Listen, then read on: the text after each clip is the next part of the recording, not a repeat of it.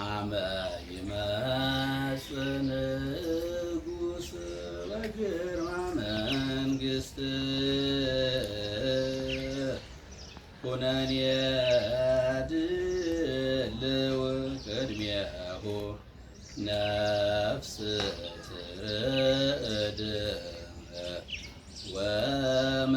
ወመጻሕፍት ይትከሰታ ለስም። በስመ አብ ወወልድ ወመንፈስ ቅዱስ አሐዱ አምላክ አሜን። የእግዚአብሔር ልጆች ሁላችሁም በእግዚአብሔር ፍጹም ሰላምታ ሰላም እላችኋለሁ። እንደምን ዋላችሁ? እንደምን ቆያችሁ? እንደምን እስከዚህ ሰዓት ደረሳችሁ? አሜን። እግዚአብሔር አምላካችን ጠብቆ በእድሜያችን ላይ እድሜ ጨምሮ ለዚህ ሰዓት ስላደረሰን ስሙ ለዘላለም የተመሰገነ ይሁንልን። የእመቤታችን የድንግል ማርያም የወላዲተ አምላክ ስሟ ከቅዱሳኑ ሁሉ ጋራ የተመሰገነ የተከበረ ይሁንልን። የእግዚአብሔር ልጆች እንግዲህ እንደሚታወቀው ዛሬ አብይ ጾም ከገባ አምስተኛው እሑድ ነው። አምስተኛው እሑድ ደግሞ ደብረ ዘይት በመባል ይታወቃል። የቤተ ክርስቲያናችን ሊቅ ቅዱስ ያሬድ ደብረ ዘይት በሚል ሰይሞታል። የመጀመሪያው ዘወረደ ሲሆን ቅድስት ምኩራብ መጻጉዕ እያለ መጥቶ ዛሬ ደብረ ዘይት የሚለው ላይ እንገኛለን። ደብረ ዘይት ማለት ደግሞ ታላቅ ተራራ ጌታችን መድኃኒታችን ኢየሱስ ክርስቶስ ደቀ መዛሙርቱን ሲያስተምርበት የነበረ ቦታ ማለት ነው። በዚህም ላይ መድኃኒታችን ኢየሱስ ክርስቶስ ደቀ መዛሙርቱን አፉን ከፍቶ አስተምሯቸዋል እና በማቴዎስ ወንጌል ምዕራፍ 24 ከቁጥር 13 ላይ ወዛትለፈ ትዕግሥቶ ውእቱ ይድህን፣ እስከ መጨረሻው የጸና እርሱ ይድናል በማለት የተናገረው ወንጌል ነው። ወዛትለፈ ትዕግሥቶ ውእቱ ይድህን፣ እስከ መጨረሻው የጸና እስከ መጨረሻው የሚታገስ እርሱ ይድናል፣ እርሱ የመንግስተ ሰማያት ባለቤት ይሆናል፣ እርሱ መንግስተ ሰማያትን ይወርሳል ብሎ ተናግሯል። ይህም እንግዲህ ከላይ ሲመጣ በማቴዎስ ወንጌል ምዕራፍ 24 ከቁጥር 1 ጀምረን ከቁጥር 3 ጀምረን ስንመለከት በደብረ ዘይት ተራራ ተቀምጦ ሳለ ደቀ መዛሙርቱ ለብቻቸው ወደ እርሱ ቀረቡና እንዲህ አሉት ይላል። አዎ ንገረን፣ ይህ መቼ ይሆናል? አዎ የመምጣትህና የዓለሙ ፍጻሜ ምልክቱ ምንድን ነው? በማለት ደቀ መዛሙርቱ ጌታችን መድኃኒታችን ኢየሱስ ክርስቶስን የዓለሙ ፍጻሜ የሚሆንበትን የጌታችን የኢየሱስ ክርስቶስ ዳግም መምጣትን ዳግም መምጦ ዓለምን እንዴት እንደሚያሳልፋት እስኪ ንገረን ብለው ጠይቀውታል። እና ጌታችን መድኃኒታችን ኢየሱስ ክርስቶስም ይህ በተመለከተ ዓለሙ እንዴት እንደሚያልፍ ክርስቶስ ወደዚህ ምድር መጥቶ ዓለምን እንዴት እንደሚያሳልፋት ምልክቶቹ የተለያዩ ምልክቶች እንዳሉ ነግሯቸዋል። መድኃኒታችን ኢየሱስ ክርስቶስ ይችን ዓለም መጀመሪያ ሲመጣ እንደመጣው ዓለምን ለማዳን ሳይሆን የሚመጣው ዓለምን ለማሳለፍ በእርሱ ክብር በእርሱ እሱን አምነው እርሱን ተከትለው ለነበሩ ሰዎች በረከትን ሽልማትን የሚሰጥበት ጊዜ ነው። እርሱ ላላመኑ እርሱን ላልተከተሉት ደግሞ እንደ ስራቸው የሚከፍልበት ነው። ወይፈዴዮ ለኩሉ በከመ ምግባሩ፣ ሰው እንደየስራው ሰውን ለሰው ለማንኛችንም ሁሉ እንደየስራችን የሚከፍልበት ሰዓት ነው። እንደየስራችን ዋጋችን የሚሰጥበት ሰዓት ነውና ይቺ ምልክቷ ምንድናት ብለው ጠየቁት። ያው የዓለሙ ፍጻሜ ምልክቱ ምንድን ነው? ጌታችን ኢየሱስም መልሶ እንዲህ አላቸው፣ የሚያስታችሁ እንዳይኖር ተጠንቀቁ።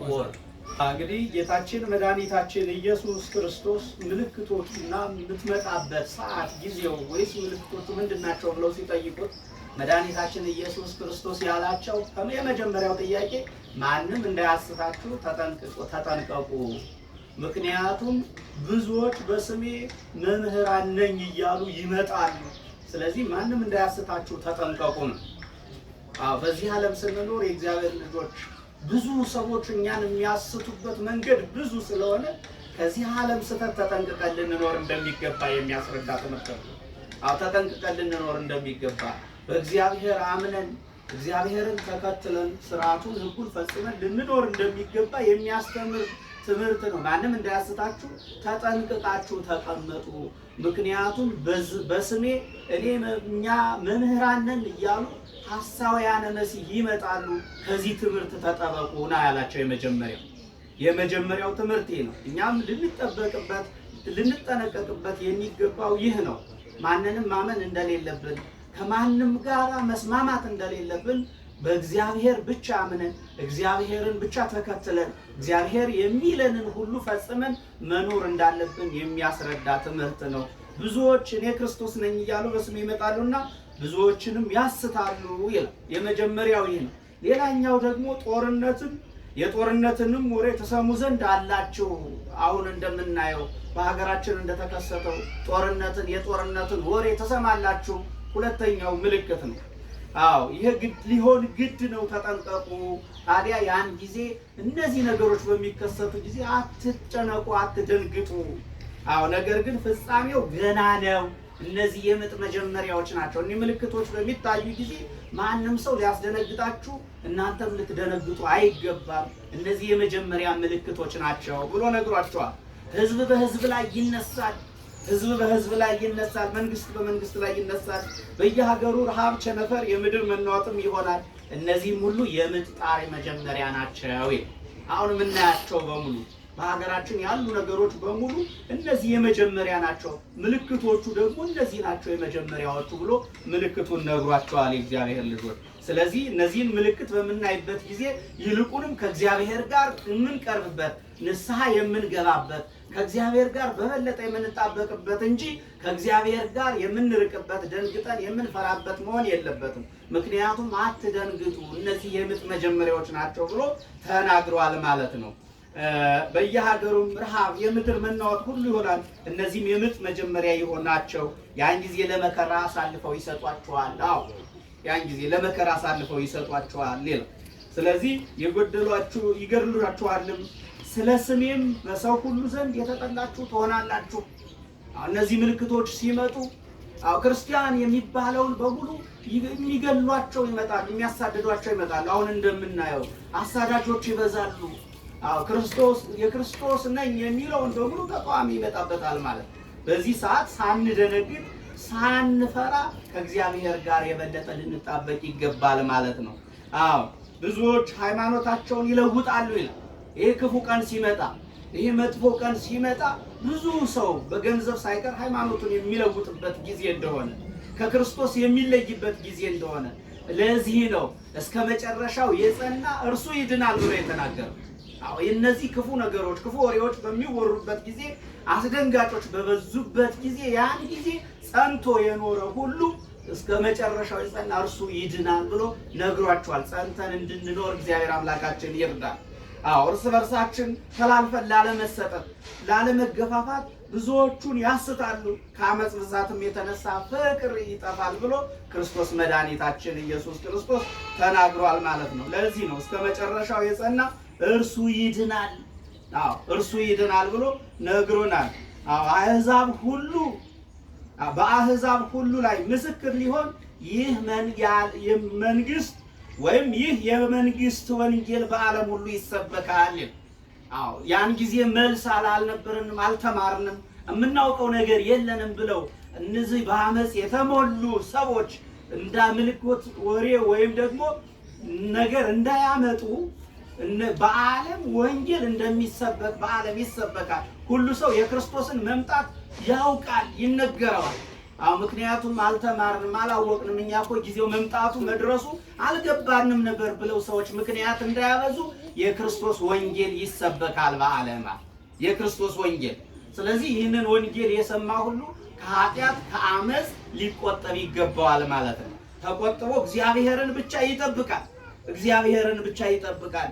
ይህ ደግሞ መከሩ እንደደረሰ ወቁ ይላል።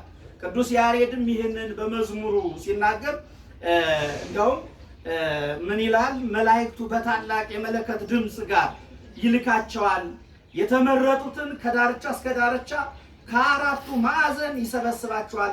ምሳሌውንም ከበለስ ተማሩ፣ ከወንጌሉ ወስዶ ማለት ነው። አዎ ቅዱስ ልክ በለሷ እንደለመለመች ቅጠሏ እንደለመለመ እወቁ። ይህ የመከር መጨረሻ ነው፣ መከሩ እንደደረሰ የምታውቁበት ሰዓት ነው ብሎ ወንጌሉ ተናግሮ ነበር። ቅዱስ ያሬድም ይህንን አነሳና ማዕረሩ ሰህልቀተ ዓለም ውእቱ ወአጸዱኒ እሙንቱ መላእክት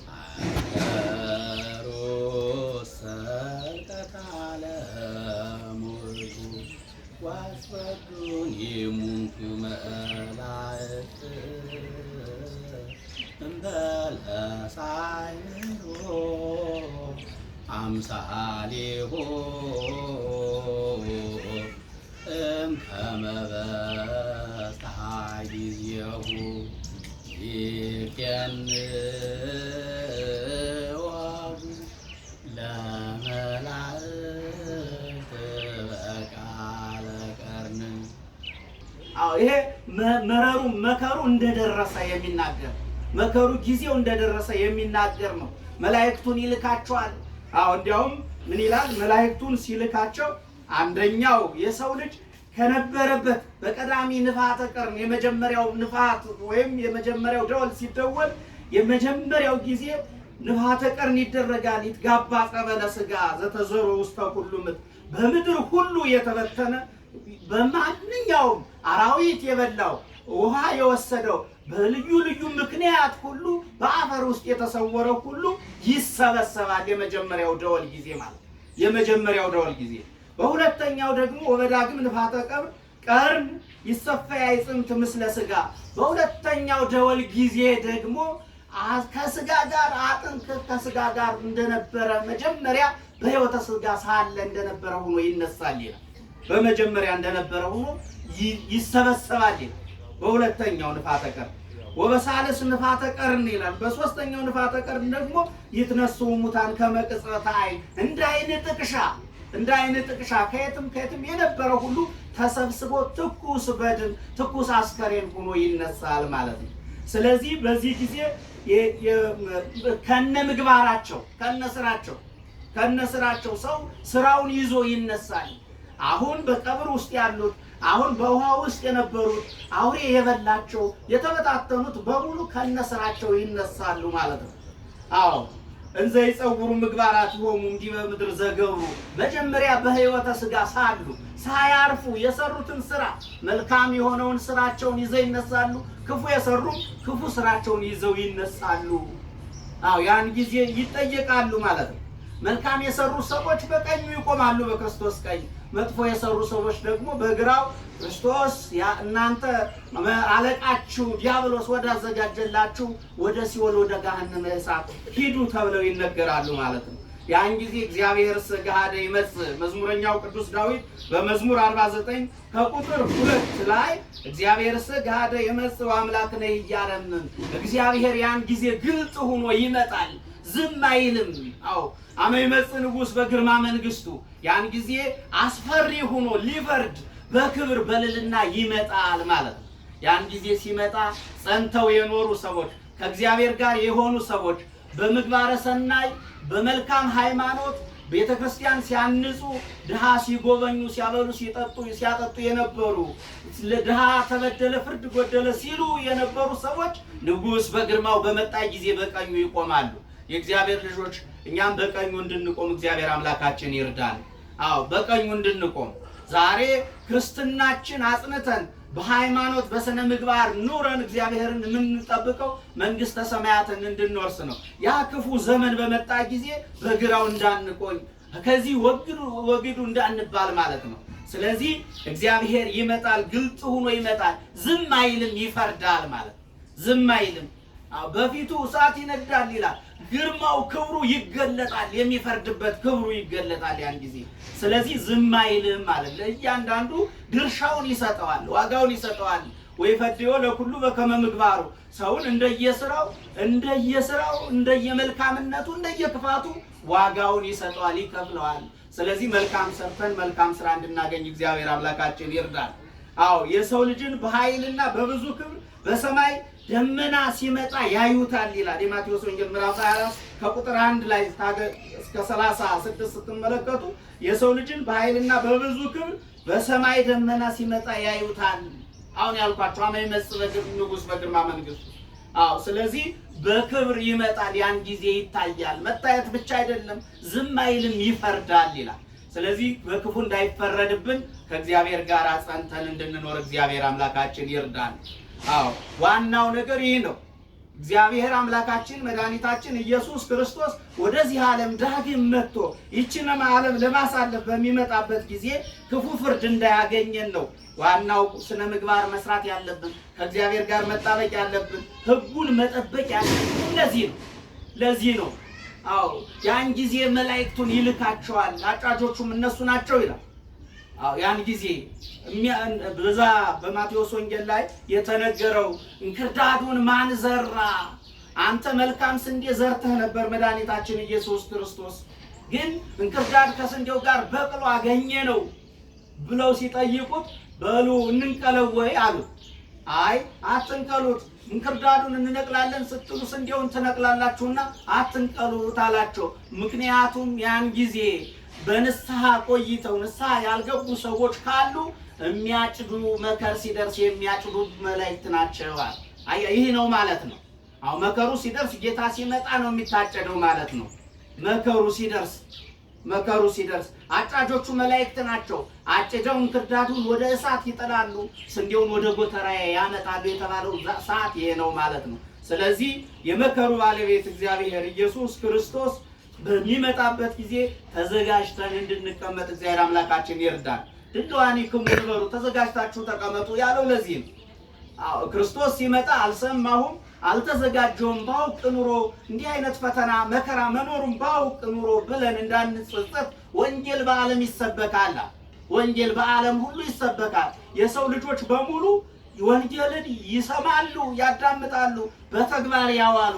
ወንጌሉ የሚላቸውን የፈጸሙ ሰዎች በቀኝ ይቆማሉ። አዎ ያን ጊዜ ነፍስ የምትናገረውን አታ በምትቀዘበዝበት ጊዜ መልካም የሰሩ ሰዎች በቀኙ ይቆማሉ። መልካም የሰሩ ሰዎች ምክንያቱም ወንጌልን ሰምተዋል። ተዘጋጅታችሁ ተቀመጡ ሲባል ሰምተዋል። በዓለም ላይ ሲሰበክ ሰምተዋል። ያን የሰሙ ሰዎች ደግሞ ከእግዚአብሔር ጋር ናቸው። ከእግዚአብሔር ጋር የሆኑ ሰዎች ደግሞ በክርስቶስ ቀኝ ይቀመጣሉና በክርስቶስ ቀኝ እንድንቀመጥ እግዚአብሔር አምላካችን ይርዳን። ወዛዝለፈ ትዕግሥቶ ውእቱ ይድህን፣ እስከ መጨረሻው ድረስ የጸና የታገሰ እርሱ ይድናል ባለው አምላካዊ ቃል መሰረት እስከ መጨረሻ ከአምላካችን ጋር ጸንተን በምግባር በሃይማኖት ኑረን ክብሩን እንድንወርስ ስሙን እንድንቀድስ አምላካችን ይርዳን። ለነበረን ጊዜ እግዚአብሔር ስሙ የተመሰገነ ይሁን። ይቆይን።